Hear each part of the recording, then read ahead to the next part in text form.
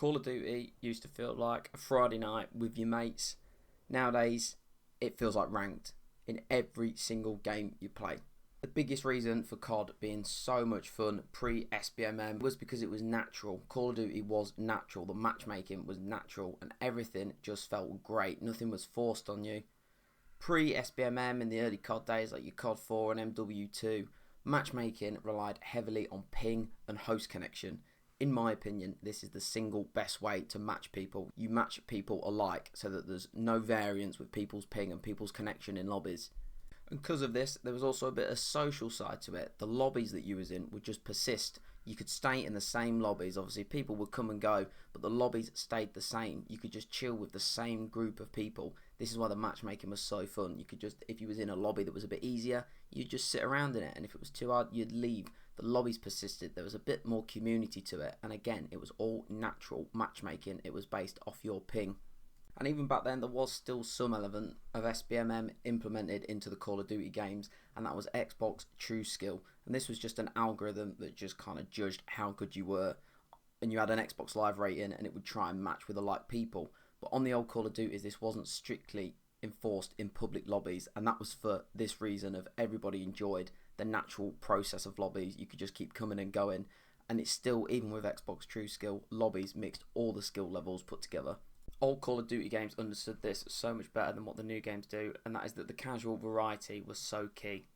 By this, I mean that some matches that you would play, you would get absolutely stomped, but then some games you would just absolutely dominate these lobbies, and that is what made it fun. The unpredictability and the lack of strict path that you must follow is what made the game fun, and it's not like a game where you're constantly tied in for 30-minute rank games, because that's what you play rank for. If you was getting stomped that hard and you really hated the lobby, you just leave and find a new one. Whereas on the other hand, if you're doing really well, you stay in it. But you could just keep coming and going until you found one that was right for you. There was no strict way to play the game. It didn't matter if you won or lost the game before. The unpredictability and the natural state of matchmaking really is just what made it so special. So some form of SBMM has always been in place with Call of Duty, but when did it really get strict? When did it become unplayable?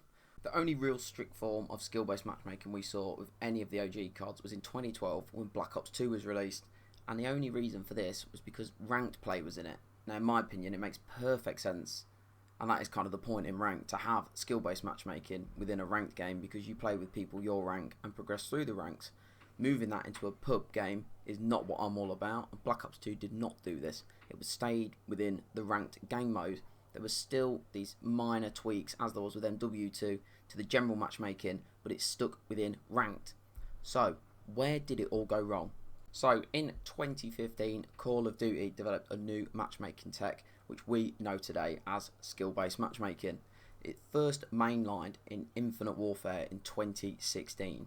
From here, it would be tweaked until what we have today, which is this incredibly unplayable skill-based matchmaking and engagement matchmaking system, which has just ruined the entire franchise. I personally noticed it in MW 2019, as I feel like a lot of people did. This is when it really was felt, and this is well known. People kicked off, the community kicked off, everybody talks about MW 2019 and how bad the skill-based matchmaking was, how strict it was, and how unnatural all of the lobbies felt.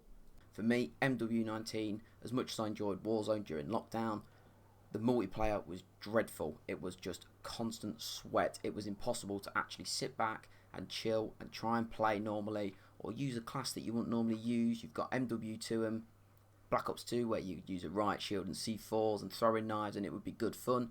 There was no such thing in MW 2019. It was claymores and the same guns, and everybody played the exact same way. And for me, that's when the life got drained out of Call of Duty, and there was nothing enjoyable about it anymore. Just for a quick bit of reference, people that don't know about how skill-based matchmaking actually works. When you get put into a multiplayer lobby and a public lobby, matchmaking uses multiple factors to put these lobbies together.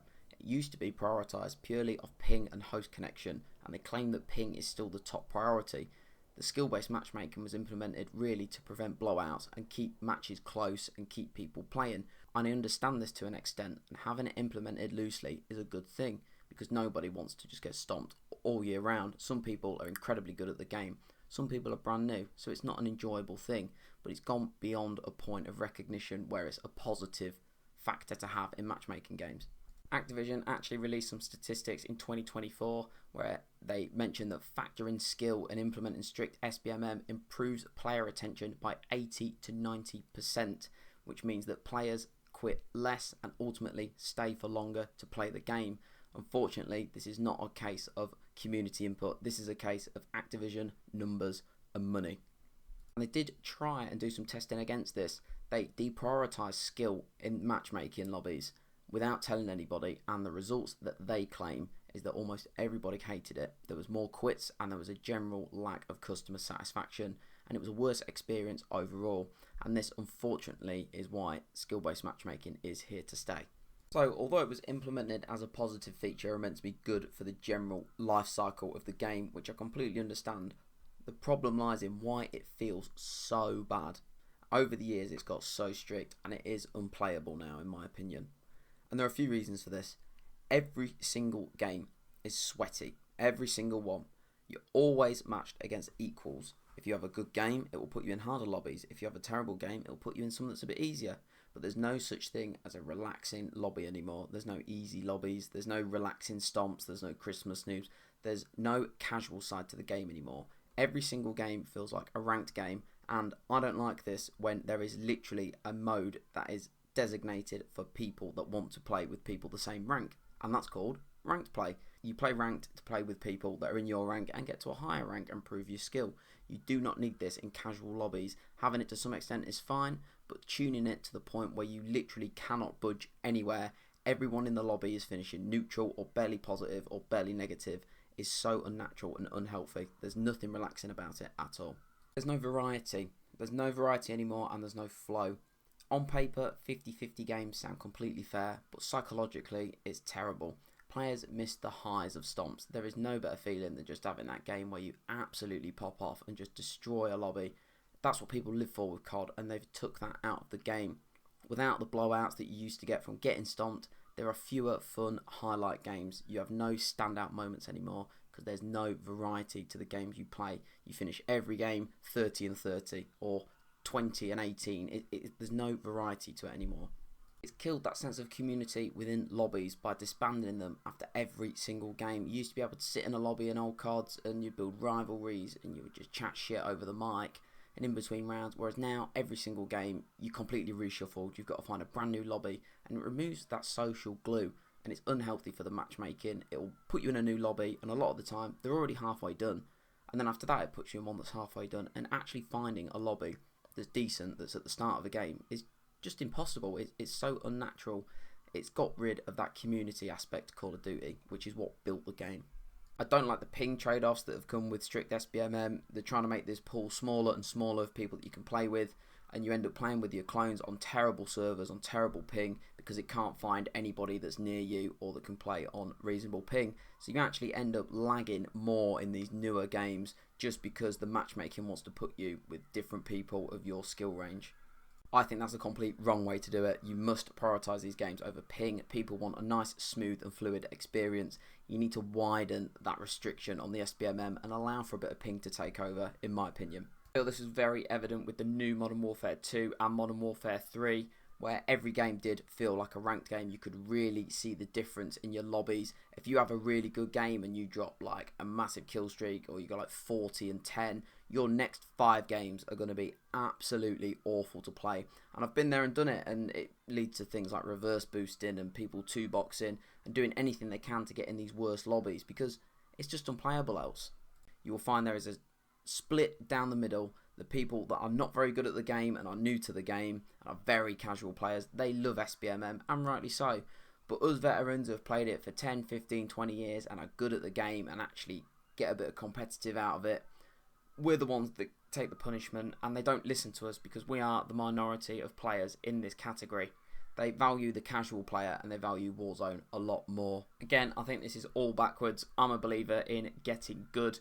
Back in the day, if you got stomped endlessly, you had no choice but to get good at the game, and that's exactly what most people did. And the thing that really puts the nail in the coffin is the transparency signals coming from the Call of Duty franchise. They've always been very secretive of all these SBMM things, but they are actually publishing official matchmaking white papers which kind of shows the statistics and the numbers and the proof of it all, which does unfortunately mean that it is completely locked in as a long-term policy and it will not be going anywhere anytime soon. In my opinion, there are a few quick and easy fixes they could implement to make the game a bit more enjoyable, especially for the long-time players. I know they'll never do it, and I'm not saying scrap the whole thing and make it all completely free, but there are a few things they could do, but they won't. And that's things like casual playlists with looser skill bands. I'm not saying get rid of it, because obviously then it could be abused, but like wider MMR tolerance and wider skill gap tolerance. It allows for more variety, brings back that natural fun side of COD. And the same for keeping lobbies persistent, reintroduce that social stickiness. It's what kept the game running, it's what kept it together.